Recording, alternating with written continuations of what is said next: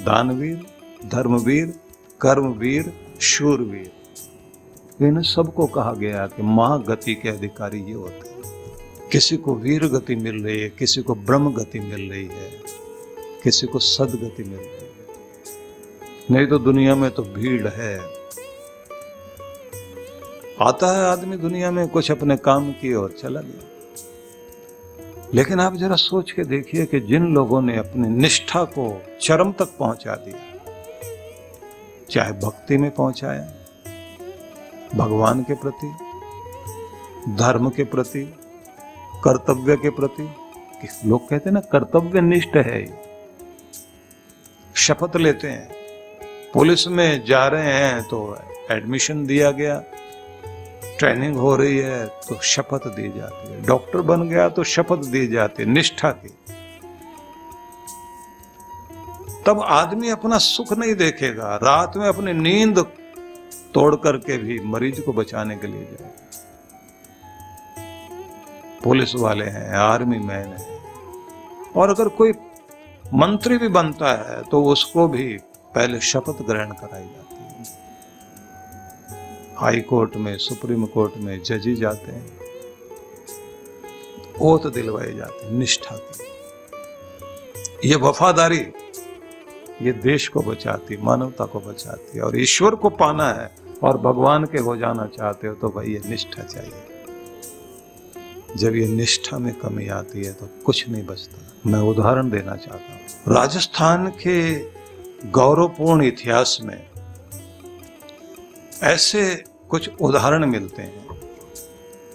आपने नाम सुना होगा पन्ना धाय का।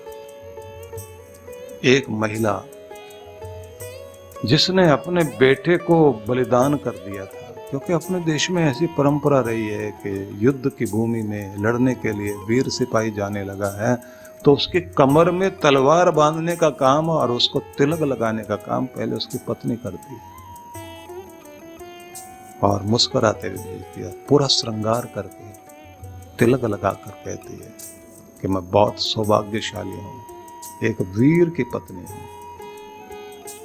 जो कहते ना जननी जने तो भक्त जन या दाता या शूर, नहीं तो जननी बांझ रहे काहे गंवावे नूर। वही जननी जननी है जिसका बेटा या तो दानवीर बने, धर्मवीर बने, कर्मवीर बने। राणा सांगा राजस्थान के इतिहास में एक बहुत बड़ा नाम है, और उनके बेटे थे उदय सिंह। मां थी उदय सिंह की कर्णावती, जिसने अपना आत्म बलिदान, सामूहिक आत्म बलिदान किया था। जौहर की अपनी परंपरा रही वहां। तो उसके बाद उस बच्चे के पालन की जिम्मेदारी धाय मां पन्ना धाय के को जिम्मेदारी मिली। राजवंश में ढूंढा गया कि कौन वफादार ऐसा व्यक्ति है। इतिहास में लिखा है कि धन्ना वो पन्ना कौन थी, बोले हरचंद हाकला की बेटी। पिता का भी नाम जोड़ दिया गया कि उसकी बच्ची थी, जिसका उसका भी अपना संतान हुई थी, और उतना ही बड़ा बच्चा था जितना इधर ये उदय सिंह। अब दोनों की पालने की जिम्मेदारी पन्ना के ऊपर आ गई। पन्ना अपना दूध पिलाती है एक तरफ अपने बेटे को, दूसरी तरफ राजा के बेटे को, दोनों को साथ साथ पाल रही। और कुंभलगढ़ किले में, कुंभलगढ़ का अपना इतिहास है। कुंभलगढ़ के किले में अच्छे पहरेदारों के साथ और पूरी व्यवस्था के साथ धाय मां, जैसे यशोदा ने पाला अपने कन्हैया को, तो वही गौरव लेकर के वो बैठी है कि मुझे यशोदा मां का स्थान मिला है कि मैं पराये बच्चे को उसी तरह से पालूं कि ये पराया नहीं है, मेरे बेटे से भी बढ़कर। और उस समय कहने के लिए चाचा था, लेकिन वो दासी पुत्र था बनवीर, जिसने उस किले के राजा विक्रमादित्य की रात में हत्या कर दी और खुद शासक बनना चाह रहा था, और उसके बाद उसे लगा कि कहीं ऐसा ना हो बाद में उदय सिंह को राजगद्दी पर बैठा दिया जाए, उसको भी मैं मार दूं। और जैसे उसे मारने के लिए चला, अभी राजा को मार के आया, हाथ में खून से सनी तलवार है, और इधर जासूसों ने जाकर के पन्ना धाय को खबर दे दी कि कुंवर उदय सिंह को मारने के लिए बनवीर चल पड़ा है, हाथ में तलवार लिए आ रहा है। और इसने इतनी जल्दी में पन्ना धाय ने उस बच्चे के उदय सिंह के कपड़े उतारे और अपने बेटे के कपड़े पहना दिए, और अपने बेटे के कुंवर के कपड़े पहना दिए, और उसके पलने में लेटा दिया उसको। और जैसे ही चलता हुआ अंगरक्षकों के साथ बनवीर वहां आया, हाथ में तलवार और उसमें से खून टपक रहा, और कड़कती हुई आवाज में कहा कि कहां है कुंवर उदय सिंह। बताया, उसने उंगली से इशारा किया, मुंह में घूंघट, मुंह पर हाथ रखा हुआ, उंगली से इशारा कर दिया अपने बच्चे की तरफ, ये है। और जिस तरह से उसने तलवार मार के उसके टुकड़े करे, एक मां अपने बच्चे की हत्या होते हुए देख रही,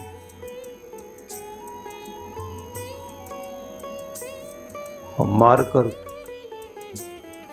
सबको डराकर वो निकल गया। और इधर इसने, जब ये बनवीर आया था उससे पहले ही उस बच्चे को, कुंवर उदय सिंह को, एक टोकरी में रख कर के ऊपर झूठी पत्थले रखकर अपने सबसे विश्वस्त वफादार सेवक के हाथ में टोकरी दी और कहा, राजवंश, राणा सांगा की वंश को, वंशज को सुरक्षित रखने का दायित्व हमारा, वफादारी की परीक्षा है ये। जान पर खेलना पड़ेगा लेकिन राजवंश को बचाना है।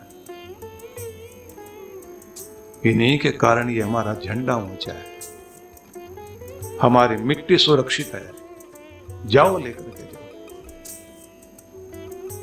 सेवक लेके चला गया, और इधर बनवीर आया,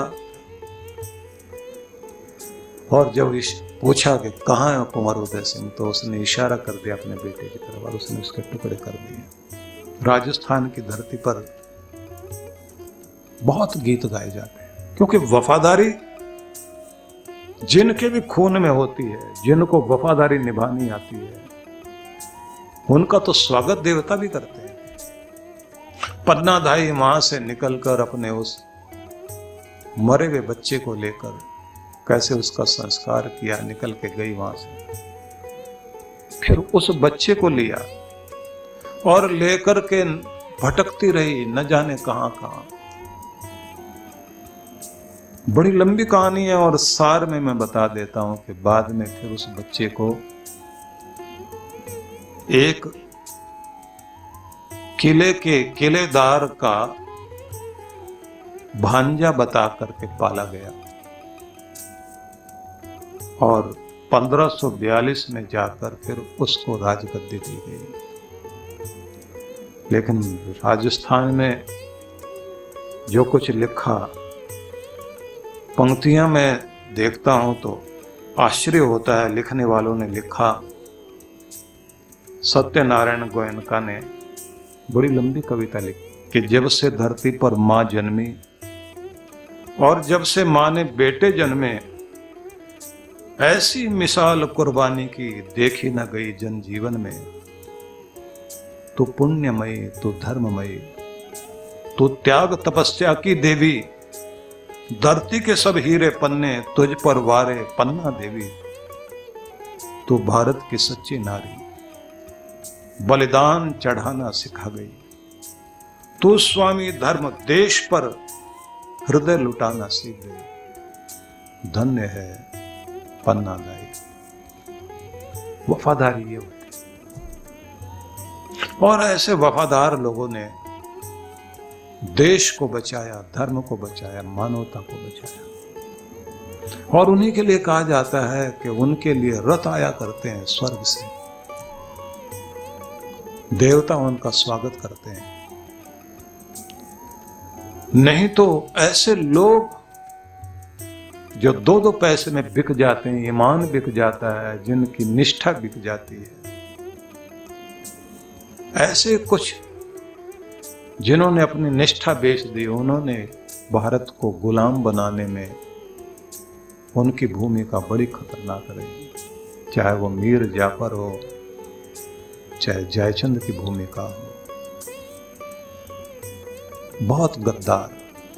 इसलिए माना जाता है कि गद्दार से बढ़कर, विश्वासघाती से बढ़कर दुनिया में कोई पाप नहीं, और वफादारी से बढ़कर दुनिया में कोई पुण्य नहीं। इसलिए मैं ये कहना चाहता हूं कि जो वफादार बनकर परमात्मा के, चाहे वो ज्ञान योग के माध्यम से ईश्वर की तरफ चलने लगे हैं, चाहे तपस्या के माध्यम से चलने लगे हैं। आप जरा सोच के देखिए, अपने पिता की सेवा करते करते पुंडलीक ने उस वफादारी को जिस तरह से निभाया कि कृष्ण दर्शन हुए और एक तीर्थ बन गया। पंढरपुर एक तीर्थ बन। मैं निवेदन करना चाहता हूं, आप जहां बैठेंगे आप अपनी वफादारी निभा करके देखिए, क्या चमत्कार नहीं होंगे। दोगलापन आपको कुछ भी नहीं देता, कभी भी कुछ नहीं देता, ना यहाँ के ना वहां के। इसलिए कहते हैं एक निष्ठ हो जाओ, एक की निष्ठा, एक की वफादारी, एक के प्रति कुर्बान होने वाले बन जाओ, अपने धर्म के लिए, अपने झंडे के लिए। कुंभलगढ़ के किले के लिए कहानी कही जाती है, अद्भुत कहानियां राजस्थान की, वीर बलिदानियों की। लेकिन मैं आपको फिर वहीं ले जाना चाहता हूं कि अगर आप अपने योग को, अपनी भक्ति को साधना चाहते हैं और किसी शिखर पर अपने आप को देखना चाहते हैं, किसी ऊंचाई को छूने की इच्छा हो, जिंदगी साधारण व्यक्ति की हो और उसे असाधारण खास बनाने की इच्छा हो, तो बस एक ही चीज पकड़ लेना, ईश्वर निष्ठ होना, गुरु निष्ठ होना, राष्ट्र निष्ठ होना, गुरु का वफादार, भगवान का वफादार, धर्म का वफादार, अपने राष्ट्र का वफादार। वफादारी को सीख जाओ। जिस दरवाजे पर कोई कुत्ते का बच्चा आंख खोले और वहां उसको पहला टुकड़ा मिले, भले ही कितना भी उसको सताओ, वो उस दरवाजे को नहीं छोड़ता, उस दरवाजे के सामने बैठा रहेगा, सिर्फ एक टुकड़े के कारण। वफादारी निभाएगा, चौकीदारी करेगा, उस घर के आसपास वहीं रहेंगे, छोड़ेंगे नहीं उस दरवाजे। तो एक जानवर में भी ये निष्ठा है कि किसी ने हमको टुकड़ा दिया है रोटी का, अब मेरा फर्ज है इस दरवाजे पर अनजाना आदमी नहीं जाना चाहिए। अनजाना देखेगा भौंकेगा जरूर। हम निष्ठा भूल गए, वफादारी भूल गए, और उसी का परिणाम है अपना अभागापन हम अपने जीवन में लेकर बैठ गए। इसलिए मैं निवेदन करना चाहता हूं, जिन्होंने लिखा पन्ना धाये तुम कैसी माँ थी, जो स्वामी भक्ति के लोभ, छोटे से लोभ में तुमने चंदन अपना गंवा दिया।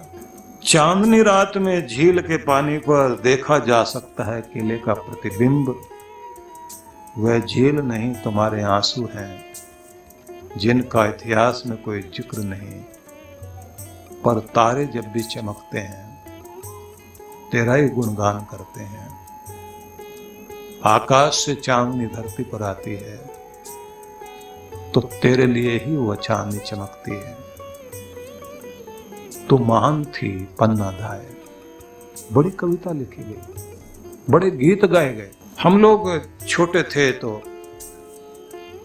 स्कूल में पन्ना धाये की कहानी लिखी गई। उस समय हम लोग नहीं समझते थे कि ये बलिदान क्या था। हम लोग अपने पिता से हर रात कहानियां सुना करते थे, वीरों की वीर गाथाएं सुनते थे। जोश आता था, लेकिन बड़े होकर के समझ में आता है कि ये वफादारी क्या है। और किसी की भक्ति जब चरम तक पहुंचती है और याद करता है कोई बहुत प्रेम से, तो अपने धाम से राम हो, कृष्ण हो, देवता हो, अपना नूर, अपना प्रकाश फैलाते हुए उनके सामने दर्शन देते हैं। इसलिए मैं ये निवेदन करूंगा, अपने उस श्रद्धा को, भक्ति को, प्रेम को बढ़ाइए। भगवान श्री कृष्ण अर्जुन को आदेश देते हैं, मय्येव मन आधस्व मयि बुद्धिम निवेशय निवशिष्यसि मय्येव अत ऊर्ध्वम न संशय। हे अर्जुन, मय्येव मन आधस्व, मुझ में अपने मन को एकाग्र करो। तुम्हारा मन संसार में भटकता है, लक्ष्य विहीन मन रहता है, दुखों में और चिंताओं में, डरों में और संशय में तुम्हारा मन केंद्रित रहता है। तुम अपने मन को एक निश्चय में और परम शांति में लेकर आओ। तुम अपने मन को वहां लेकर चलो जहां सुख का स्रोत है, जहां शक्ति का स्रोत है। भगवान श्री कृष्ण कह रहे हैं कि मुझ में, मतलब प्रभु में, भगवान में, आनंद में, शक्ति में, समृद्धि में, खुशहाली में, जो जीवन का वह स्रोत है जहां से बहुत सारी खुशियां मिलती हैं, जहां तुम्हारे जीवन की असली मंजिल है, जो दुख विनाशक शक्ति है, जो सुखदात्री शक्ति है, उस परम तत्व से अपने मन को जोड़ो। मयि बुद्धिम निवेशय, और बुद्धि का प्रयोग मुझ में ही करो, भगवत्ता में करो, परमात्मा के प्रति ही अपनी बुद्धि को लगाओ। ये ध्यान रखें, जहां मन और बुद्धि जाकर टिक जाते हैं, बस वहीं हमारा व्यक्तित्व ठहर जाता है, उसी रंग में हम रंग जाते हैं। वैसे ही हो जाते हैं जहां मन केंद्रित हो गया, जहां दिमाग लग गया, मस्तिष्क जहां केंद्रित है, बस वहीं रमने से हम वैसे ही हो जाते हैं। ये संसार में रम जाए या करतार में रम जाए, यह भौतिक वस्तुओं के लिए पागल हो जाए, तो ये अलग दुनिया का हो जाता है। लेकिन जैसे ही ये शांति, आनंद, प्रेम, खुशहाली की दुनिया में अपने आप को केंद्रित करता है, तब ये अपने स्वर्ग के नजदीक होता है। इसलिए मन को कहा गया है कि तुम मुझ में निवेश करो, मन को मुझ में इस प्रकार से स्थिर करो कि तुम्हारा मन कहीं और न जाए। तो भगवान में मन ले जाने का मतलब क्या हुआ? हम भगवान को किस रूप में याद करें, किस भाव को ध्यान में रखकर मन को केंद्रित करें? तो सबसे पहले तो ये ध्यान रखें कि प्रत्येक व्यक्ति अपने दुख से बचना चाहता है, भय से, डर से बचना चाहता है, अपने संशयों से बाहर निकलना चाहता है, अपनी निराशा से बाहर जाना चाहता है, अपने अंदर की जो बेचैनी है उससे बाहर जाना चाहता है। तो जहां चैन है, जहां शांति है, जहां तृप्ति है, जहां अनंत प्रेम है, जहां पर खुशहाली है, जहां अनंत अनंत आनंद है, वह कोई और कुछ नहीं, ये सारी विभूतियां हैं, ये किरणें हैं जो परमात्मा से प्रकट हो रही हैं। जिस प्रकार से आप इंद्रधनुष के रंगों को देखते हैं, अलग अलग तरह के रंग बिखरे हुए हैं, तो ऐसे ही ये सारे रंग एक जगह से ही प्रकट हो रहे हैं, और वह जहां से प्रकट हो रहे हैं वो आदि स्रोत भगवान है। श्री कृष्ण कहते हैं तुम उसमें मन को केंद्रित करो जो तुम चाह रहे हो। किसी भी चीज को व्यक्ति क्यों चाहता है? मकान मिल जाए, सुरक्षित होना चाहता है, आसरा चाहता है, धन चाहता है आदमी, सुविधा मिल जाए। और आखिर में आदमी से पूछा जाए तुम कार चाहते हो, कोठी चाहते हो और कुर्सी चाहते हो, पद चाहते हो, इन सबको किस लिए चाहते हो? जिंदगी आसान हो जाए, जिंदगी सुखी हो जाए, जीवन में आनंद मिल जाए, जीवन के दुख दूर हो जाए। तो ये याद रखना कि बहुत लोगों के पास में ये सब कुछ होने के बाद भी उनके जीवन में आनंद नहीं है, शांति और तृप्ति नहीं है। बल्कि लोग ये बोलने लगते हैं जब से गाड़ी खरीदी है हॉस्पिटल ही जा रहे हैं, जब से ये जमीन ली है झगड़े ही हैं। तो कोई वस्तु गारंटी नहीं दे सकती कि उससे सुख ही मिलेगा। ये सब चीजें अगर आपके अंदर खुशी है तो उसे ये बढ़ा सकती हैं, अंदर आप दुखी हैं तो ये दुख को बढ़ा देंगे। वही टीवी, वही रेडियो, आप जिस तरह के मन वाले हो जाते हैं वैसे प्रोग्राम चलाते हो आप, रेडियो से वही निकालने लग जाते हैं। दुखी आदमी दुख वाली चीजें वही गाने सुनेगा, वही गजलें सुनेगा। चल उड़ जा रे पंछी, देश हुआ बेगाना।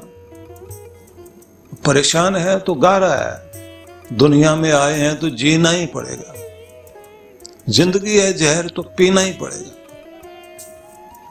क्योंकि आप अंदर से जहरीले हो गए हैं, दुखी हो गए हैं, तो आपने ढूंढ लिया वही गाना। इसलिए आप देखेंगे जिनकी आयु छोटी है, भरपूर जिंदगी उनके अंदर भरी हुई है, उनके गाने भी आप सुनेंगे तो गाने भी अलग ही तरह के होंगे। वो रोने धोने के गाने लेकर नहीं बैठेंगे। जो आदमी अंदर से परेशान है उसके घर में लगे हुए आप सीनरी को देखना।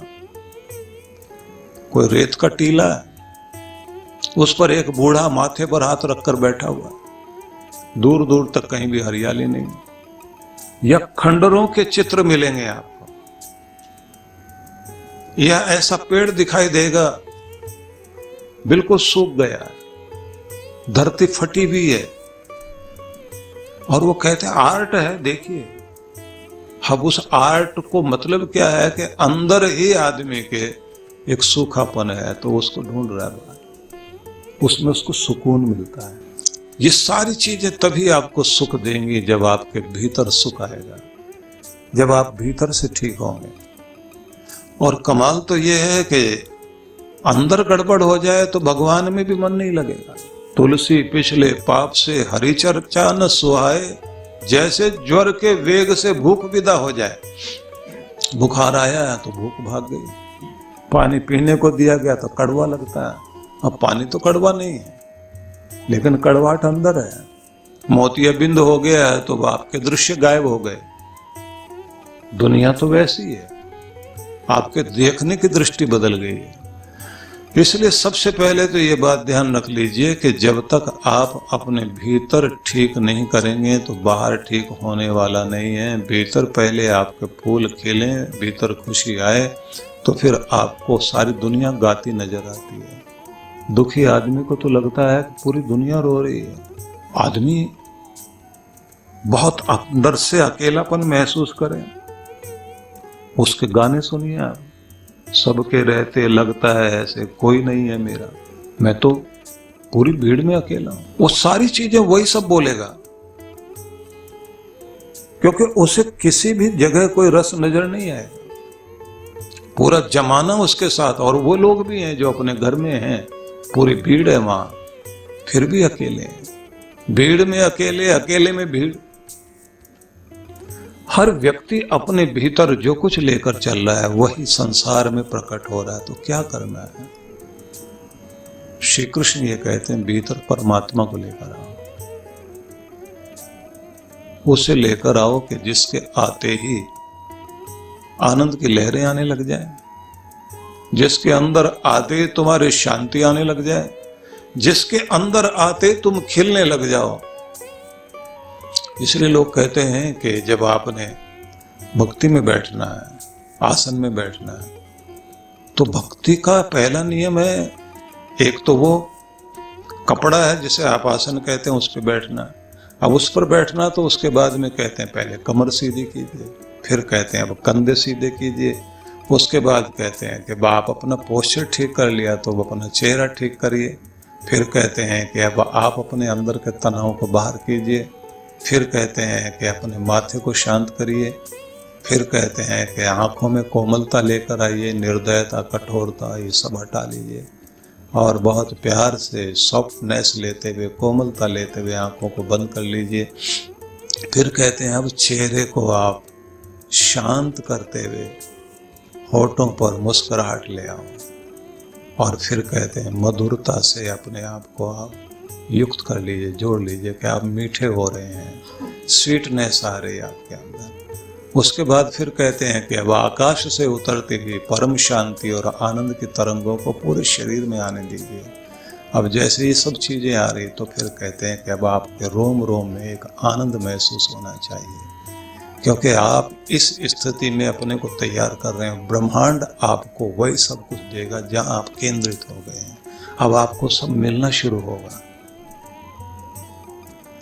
क्योंकि आपका पोस्चर ठीक हुआ, आपने अपने आप को व्यवस्थित कर लिया। अब उसी तरह की, उसी फ्रीक्वेंसी पर आप अपने आप को ले आए जहां पर ये सब आनंद, ये खुशियां, ये शांति, ये प्रसन्नता जिस फ्रीक्वेंसी से आपके साथ संबंधित होती है, जहां आपने आपको रेडियो को ट्यून कर लिया, जिस स्टेशन से ट्यून किया है, खुशी वाले से ट्यून किया तो खुशी वाले गाने आएंगे। आप अगर गजलें चल रही हैं उस वाले फ्रीक्वेंसी के साथ आपने अपना रेडियो ट्यून करके उस स्टेशन पर लगा दिया तो वहां पर सारी वो गजलें आ रही है। आग लगी है, सब जहां उठ रहा है धुआं धुआं, अब लगता है चिताएं जल रही हैं। अब आप वहां से केंद्रित हो रहे हैं, जलाओ अपने आप को। चंदा वाली रात भी काली, काला है मेरा सवेरा, कोई नहीं है मेरा, गाओ। जितना उदास उतना अपने अंदर से भरते चले जाओगे आप उदासी को, और ऐसा कहकर उसको लगता है जी हल्का हो रहा है। मन हल्का नहीं हो रहा, आपके अंदर का वो गुब्बार बाहर निकल रहा है और उस गुब्बार को बाहर निकाल कर आप चारों तरफ एक वातावरण क्रिएट कर रहे हैं कि जो रहे सहे हैं वो भी भाग जाए, जो कोई जुड़ना भी चाहे वो भी दूर हो जाए। और जैसे आप अपने अंदर भुजाएं फैलाते हैं, पूरी दुनिया मेरी है, मैं इस जगती का राजकुमार हूं। मेरे परमात्मा ने सूरज मुझे दिया है, चांद मुझे दिया, सारी हवाएं मेरे लिए हैं, चांदनी रातें मेरे लिए हैं, उगता हुआ भोर और उसका उजाला मेरे लिए है। परमात्मा ने ये इतने सारे सितारे मेरे ऊपर ही झिलमिलाती हुई रोशनी बरसाने के लिए दिए हैं, पूरी जगती मेरे लिए है। मैं अपने आप को राजकुमार मानूं तो सही, मैं उस सम्राट का पुत्र मानूं तो सही।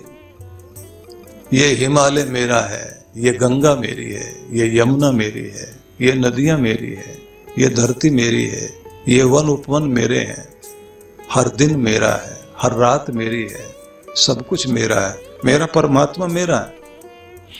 तो जब आप परमात्मा से अपने आप को केंद्रित करते हैं तो ये बात ध्यान रख लीजिए, आपके भीतर परमात्मा उतरने का मतलब है कि आप अपने भीतर की शांति से युक्त हो गए। इसलिए कहा जाता है कि आसन पर बैठने का भी एक ढंग है और अपने आप को उस तरह से युक्त करना कि ये आप हो गए।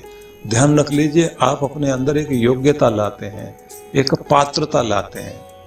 उस पात्रता के कारण ही बर्तन को, जैसे कहते हैं ना कि महात्मा ने किसी महिला से भिक्षा मांगते हुए अपना बर्तन आगे किया और उस महिला ने कहा, महाराज आप खीर बर्तन में डलवाना चाह रहे हैं, मैं खीर लेकर आई, लेकिन आपका तो बर्तन गंदा है, इसमें तो मिट्टी और गोबर लगा हुआ है। जब तक ये ठीक से स्वच्छ न हो जाए तो इसमें ये चीजें नहीं डाली जा सकती। महात्मा ने उसको स्वच्छ किया, साफ किया। उसके बाद में जब पूरी तरह साफ हो गया तो बोले अब डाल सकते हैं। महात्मा बोले तो भिक्षा मांगने नहीं आए, तुम्हें समझाने आए।